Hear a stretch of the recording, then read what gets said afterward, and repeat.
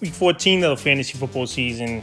His wide receivers starts at every matchup this week. Thursday Night Football, Dallas Cowboys at the Detroit Lions. CeeDee Lamb, George Pickens, arguably the best 1-2 combo this season in pro football on the same team in the receiving game. And last week we saw them both go out there, have big games, and pull off the victory versus the Kansas City Chiefs. So this week in a matchup at the Detroit Lions that are reeling a little bit over the last few weeks. Both these receivers start. Amon-Ra St. Brown left the game right away in last week's game versus the Green Bay Packers, where he got rolled on from an offensive lineman and has a low ankle sprain. And to start the week, he hasn't practiced yet. So right now it's not looking good that St. Brown's going to play. But if he does get it out, which wouldn't be surprising to me if he doesn't play in this game, he will be a start. And Jameson Williams, once Brown went down, he went out with a big performance last week, 144 yards and a touchdown in that game. And also as well, he dropped a few passes as well. So if he caught a few of those passes, it would have been even a bigger game for JMO. So this week he's a start. And Isaac Tesla, if he's going to play more snaps with St. Brown out, we haven't seen enough from him this season. I know he's got 3 touchdowns, but only 6 catches on the whole season. So like I said, Tesla's really a deep league play. If you got no one else, he's a sit. Pittsburgh Steelers at the Baltimore Ravens division matchup. DK Metcalf, I've said this a lot all season. Unfortunately, he's only a touchdown-dependent wide receiver all season long. And this offense, they're not in sync. Pittsburgh, they got off to a nice start the first 6-7 weeks of the season, but ever since then, they've been falling apart as well, is this Pittsburgh team. And now they're 6-6 on the year, so Metcalf's a fringe option. Now to the Ravens, Zay Flowers last week, he didn't do anything in that ball game for the Baltimore Ravens. Pretty much the whole offense besides Derrick Henry put up horrible numbers in that one. So this week, Pittsburgh, the defense has been hit or miss this season, even with all these Pro Bowl type of guys on the roster. But Flowers, I would give him a shot in this one as a start. And Rashad Bateman, we know he's been a deep ball threat in the past and a decent player for this Baltimore Raven team, but you can't trust him, especially obviously in a Week 14 game where it's the last week before the playoffs. And if you're fighting for a final playoff spot, can't trust Bateman. He's a sit. Seattle Seahawks at the Atlanta Falcons. Jackson Smith in the jig, but last week, one of the worst games of the year it was for him. But he'll bounce back in this one. Indoor game in Atlanta, fast track, and a defense that really can't stop anyone. He's a start. Cooper Kupp a sit. He had a couple plays in last week's game. But like I've said in other videos, unfortunately, the best years, in my opinion, are behind Cooper Kupp. So this week, even in a plus matchup at the Falcons, he's a sit. Drake London, he's going to try to play in this one. He's been out over the last couple weeks with any injury. And obviously, if Drake London does play, he's a start this week for fantasy owners. He was having a big season before he went down with his injury as Drake London. And him and Kirk Cousins last season were locked in before they made the quarterback change to Michael Penix. And even versus a good defense of the Seattle Seahawks and with possibly Tyreek Woolen on him the majority of the game, if he returns, he would be a start. And Darnell Mooney, he's made a couple plays here and there, and even if London's out in this game and Mooney's the number 1 wide receiver in this matchup versus a great defense of the Seattle Seahawks, he will be a sit. Tennessee Titans at the Cleveland Browns. This game's pretty much who's the worst team in the league going at it in this one. So Tennessee, Jameer DK, Elike Maynard, these guys haven't had fantasy value. I know they showed some flashes here and there this season on 2 of these players, but this week in a tough match with the better defenses in the league, these guys are sits. Jerry Jeudy, Cedric Tillman are sits. Jeudy last season had a big year for this Cleveland Brown team. I know they've gone through 3 quarterbacks, Flacco, Dylan Gabriel, now obviously Shedeur Sanders in their quarterback for this Brown team. But Jerry Jeudy, we saw him on the sidelines arguing with Sanders, not on the same page. And this week, even in a good matchup, all season long, he hasn't done much. He's a sit. And same with Cedric Tillman. I know he missed some time with injury, but since he's returned, it's pretty much been nothing going on. Miami Dolphins at the New York Jets. Jalen Waddle, he's a start each and every week. Even though this Miami offense, besides Devon Achane, even Waddle at times, his numbers are hit or miss week in and week out for this Miami Dolphin team. But this week, it's a pretty good matchup at the New York Jets. A defense that, even with their 3 best players traded away at the deadline, still been serviceable at times. But still, I think Waddle and Tua in this one make some plays. Malik Washington is it. I thought Washington would have a bigger role in this offense once Tyreek Hill went out early in the season with the injury versus the same New York Jet team, but obviously that hasn't been the case. He's a sit. John Mechie, Adonai Mitchell, fringe option. Someone has to catch the football over there for this New York Jet team. And these guys, the last couple weeks, they haven't done it both in the same game, but Mechie, it was in week 12, had a nice game at the Baltimore Ravens. where he found the end zone at 45 yards. And then last week, Adonai Mitchell broke out in a big game versus the Atlanta Falcons, over 100 yards and a touchdown in this game. So this week, like I said, someone's got to catch the ball for the New York Jets. Tyrod Taylor, he's a serviceable quarterback, I think, and he'll get him the football. And this week in a decent matchup, their fringe options, New Orleans Saints at the Tampa Bay Buccaneers. Chris Olave, a start for me in this game. Chris Olave, easily the number one option in this passing game. Him and Tyler Shuck have good rapport. And we know the Saints team most likely once again are going to be trailing and have to throw the football a whole lot. And that's where Olave's worked his way into value decent amount of times this season. He's a start. Devon Veyway a sit. Last week it was a breakout game for Veyway at the Dolphins. 8 catches, 93 yards, found the end zone. But he's another guy, you pick him up off the waiver wire. But he's not a guy, obviously, I'm going to go out there in a crucial Week 14 matchup and put him in the starting lineup. So this week, even in the ball game where they're going to be trailing points, and we know they traded Shaheed away and cut loose Brandon Cook, he's still a sit for me. Is Veyway, Emeka Egbuka, Chris Godwin that starts. I know Mike Evans possibly might practice this week, but even if he does practice, I don't think he's going to return to the lineup for this Tampa Bay Buc team, where they got a few weeks before they have to activate him or rule him out for the season. So Egbuka, the last couple of weeks, the numbers have dropped off. But I think this week, this Tampa Bay offense getting a little bit healthier with Bucky Irvin back in the backfield. It opens things up a little more, even though I thought Sean Tucker had a couple of good games where he filled in well. But Egbuka and Godwin this week in a good matchup versus the Saints coming in their starts. And Chris Godwin, he looked quicker and he got more snaps and targets in last week's ball game. And the victory in that one versus the Arizona Cardinals, Indianapolis Colts at the Jaguars, big division matchup in this one where both these teams are 8-4 right now, going for first place in that division. So Michael Pittman last week, it was a down game. He didn't do much, but this week I think he bounces back. This Jaguar defense I don't think is that good. They do create turnovers, get to the quarterback, but in terms of giving up yards and fantasy points, they give up a decent amount to wide receivers. And Alec Pierce found the end zone last week, and he's in a contract season. Pierce is going out there putting up numbers where he's going to get a nice contract in the offseason. So this week at the Jaguars, both these receivers are starts in a potential high-scoring game. And Josh Downs, he's a sit. Last season was a better year with Downs, but this year just him and Daniel Jones haven't been on the same page and making plays. So Downs, like I said, this season, numbers haven't been there all season long. Alec Pierce has passed him easily on the depth chart. He's a sit. Jacoby Myers a start. He's been a good fit for this Jacksonville Jaguar team where they acquired him at the NFL trade deadline a month ago with this Jaguar team. So Myers and Lawrence, they're on the same page. They're locked in. He's the most consistent receiver right now for this Jaguar team. So this week versus Indianapolis, we saw last week Nico Collins have his game and Jaden Higgins had a decent game. Myers a start. Brian Thomas Jr., a fringe option, one of the worst draft picks this season in fantasy football. Big bust where he was going late first, early second round in most fantasy drafts, but injuries, dropping the football, and just scared to cross the middle, it seemed like, with Brian Thomas. This week at best, he's a fringe option to me.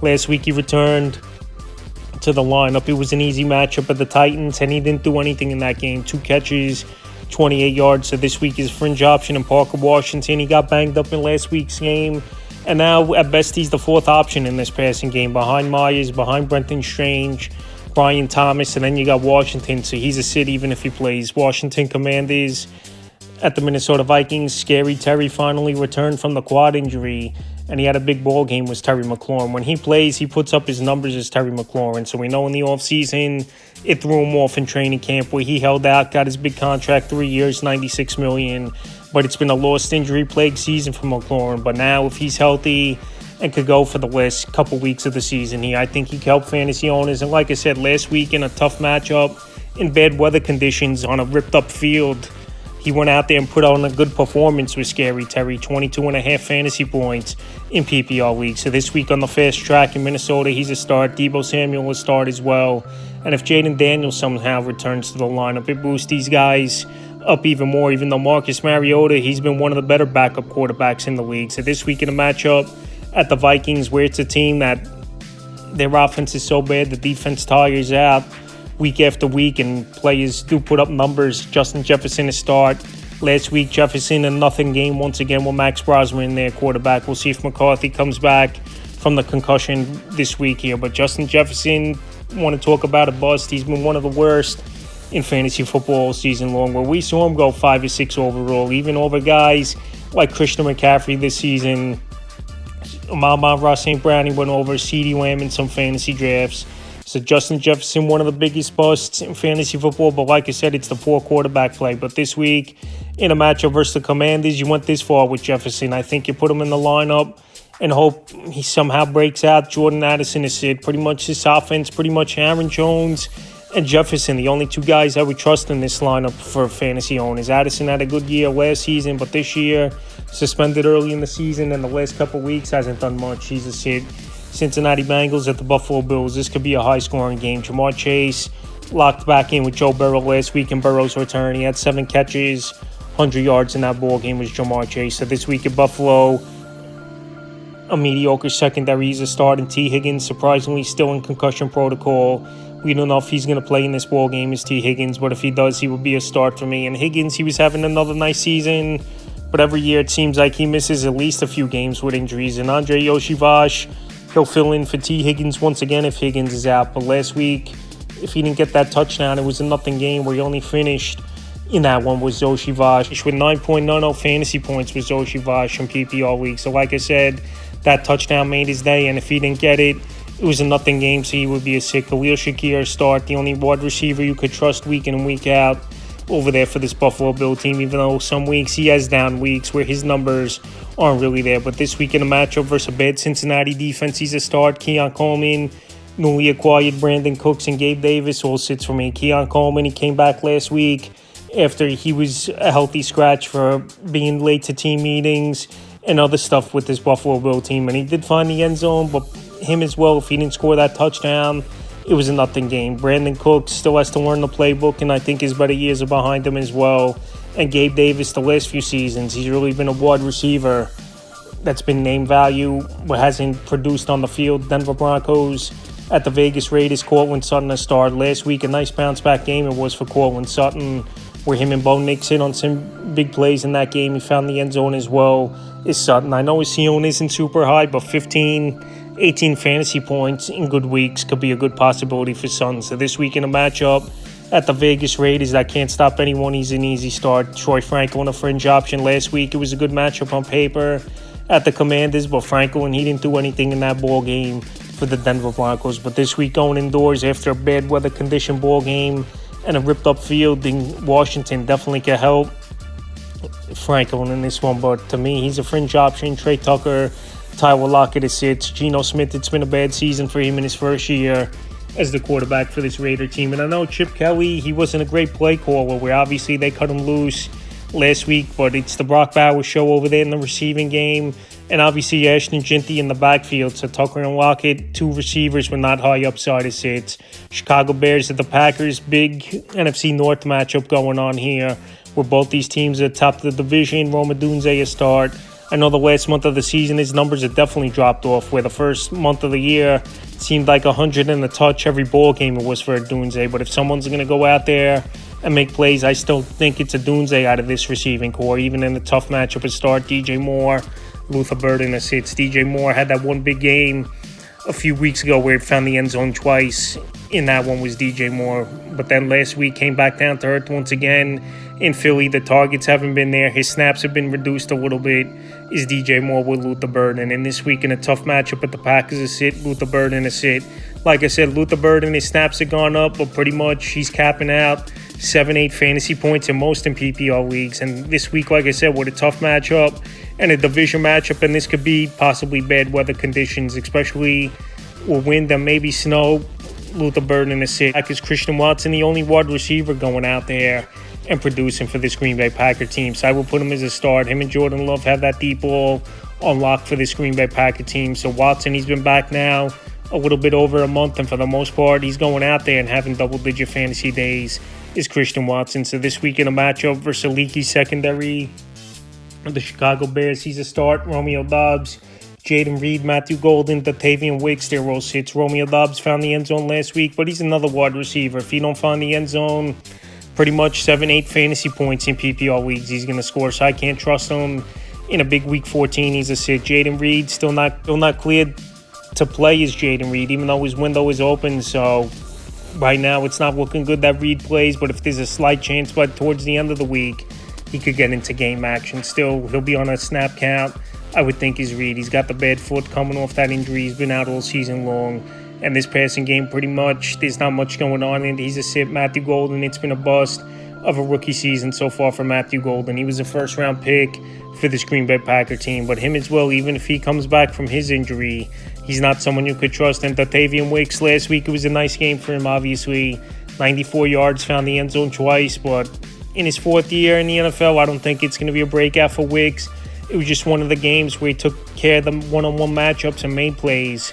And it was a good weather game as well, obviously indoors at Detroit. Los Angeles Rams at the Arizona Cardinals. Puka Nacua, Devontae Adams. These two guys are stud receivers locked into your lineup each and every week. The only thing I want to say about Nacua, the touchdowns obviously haven't been there, where Devontae Adams is the touchdown guy in the receiving room for this Los Angeles Ram team, where he leads the NFL with 14, and we know Kyron Williams at the goal line, he's going to get his share of touchdowns as well. So that's the only knock on Puka, especially the last month of the season. He's not really finding the end zone. Marvin Harrison to start, returned to the lineup last week, had a decent game.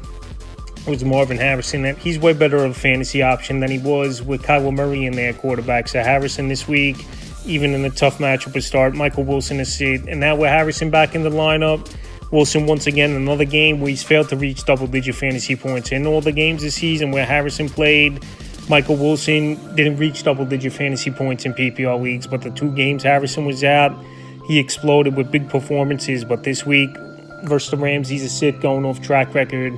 And Sunday Night Football, Houston Texans at the Kansas City Chiefs. Nico Collins, he's locked in week and week out as a top 10 option in the receiving game. Last week, 98 yards receiving, 7-yard rush for a touchdown in the win at the Indianapolis Colts. And this Kansas City Chiefs team, I know they're a good defense, but we saw CeeDee Lamb and George Pickens have big games versus defense. So Collins to start. Jaden Higgins, he's definitely coming along in the second half of his rookie season for this Houston Texan team. And in my opinion, easily the number 2 option in the receiving game for this Texan team. But this week in a tough matchup, and like I said, Higgins, his ceiling's pretty much 13 fantasy points. He's a fringe option. Rashee Rice, a start each and every week. Last week, another big ball game, 92 yards, 2 touchdowns. It was for Rashee Rice at the Cowboys. And this week, it's a tougher defense coming in the Texans with Derek Stingley, one of the better corners in the league. Most likely will be shadowing Rice a majority of the game. But Rashee Rice, he's a matchup-proof wide receiver.